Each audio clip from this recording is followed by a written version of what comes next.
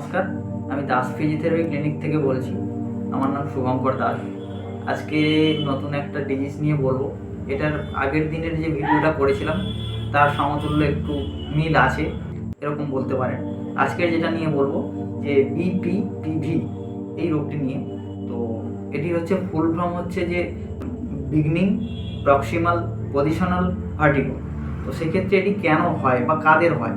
এটি 45 থেকে 50 বছর ব্যক্তিদের বা মানুষদের হয়। তো অনেক মানুষের ক্ষেত্রে, বিশেষ করে বয়স্কদের ক্ষেত্রে বিপিপিভি হওয়ার সম্ভাবনা কোনো নির্দিষ্ট কারণ থাকে না। এটি একটি আঘাতজনিত কারণে হতে পারে। যেমন ধরুন হালকা থেকে গুরুতর মাথার আঘাত থেকে হয়, এবং সেটি বিশেষ করে যেমন হচ্ছে ডেন্টালিস্টের টেবিলে অনেকক্ষণ ধরে শুয়ে আছেন বা মাথাটা শক্ত বিছানায় রেখে দিয়েছেন, বা হচ্ছে সেলুনে গিয়ে অনেকক্ষণ ধরে মাথাটা এক জায়গায় রেখে দিয়েছেন।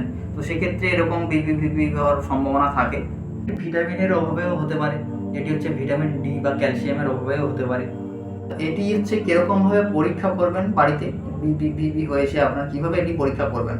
সেক্ষেত্রে মাথাটা ঘুরিয়ে রেখে যতটা সম্ভব আরামে মাথাটা পেছনের দিকে রাখা যায়, কাত করে এরকমভাবে শুয়ে থাকুন, এবং হচ্ছে মাথাটা ঘুরিয়ে শুয়ে রেখে আপনি 30 সেকেন্ড অপেক্ষা করুন। তারপর আস্তে আস্তে সাবধানে উঠে বসুন।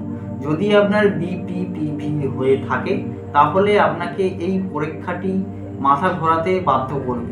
যদি মাথা ঘোরা না হয় বা মাথা না ঘোরে, সেক্ষেত্রে আপনার এই সমস্যাটি হয়নি। যদি পরীক্ষা করতে চান কারণ, তো সেক্ষেত্রে এরকমভাবে আপনি পরীক্ষা করতে পারেন। এবং এর প্রতিকারটা হচ্ছে আপনি ফিজিওথেরাপি করলে এটা অনেকটাই উপশম পাওয়া যাবে।